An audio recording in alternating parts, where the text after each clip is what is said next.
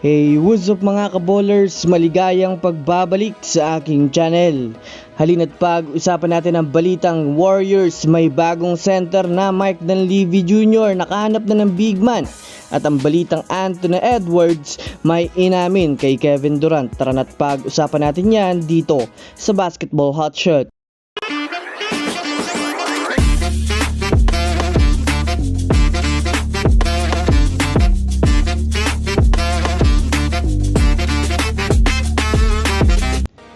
Una nga muna tayong dumako mga kaballers sa balita patungkol sa may inamin nga po mga kaballers si Anthony Edwards kay Kevin Durant.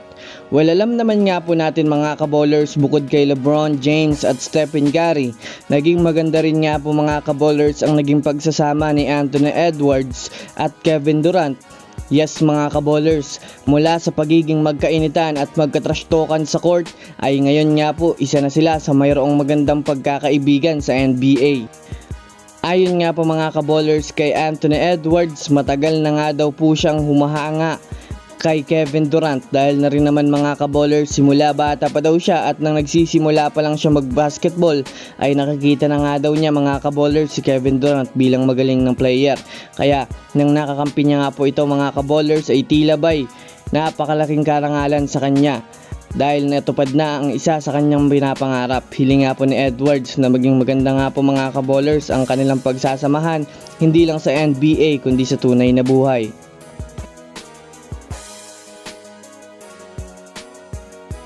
Samantala, dumako naman tayo mga kaballers sa bagong big man ng Warriors na balak kunin ni Mike Dunleavy Jr.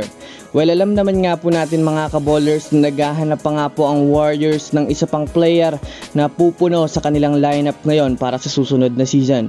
Ayon nga po mga kaballers sa pinakabagong balita sa ngayon mga kaballers na inilabas naman ni Team Kawakami, mayroon na nga daw mga kaballers ginagawang trade package si Mike Dunleavy Jr. para mapapayag ang Portland Trail Blazers na ibigay sa kanila si DeAndre Ayton na alam nating isa sa player ngayon na itinitrade ng Blazers ngayong off-season.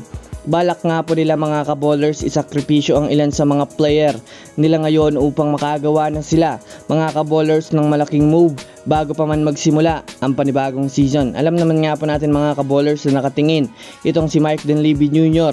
sa improvement ng kanilang team para maging malakas ang kanilang lineup, kaya talagang binibigyan talaga ng magandang team ng front office ng Warriors itong si Stephen Curry dahil sa banta nito na kapag hindi sila nakagawa ng improvement sa team ng Warriors ay talagang aalis na siya sa mga susunod na taon o hindi kaya ngayon sa susunod na season. So yun lamang mga kaballers, yan lang naman ang pag-uusapan natin ngayon. Pindutin na ang subscribe and hit nyo na rin ang notification bell para sa mga susunod na updates sa mundo ng basketball. Again, this is Basketball Hotshots. Thanks for watching.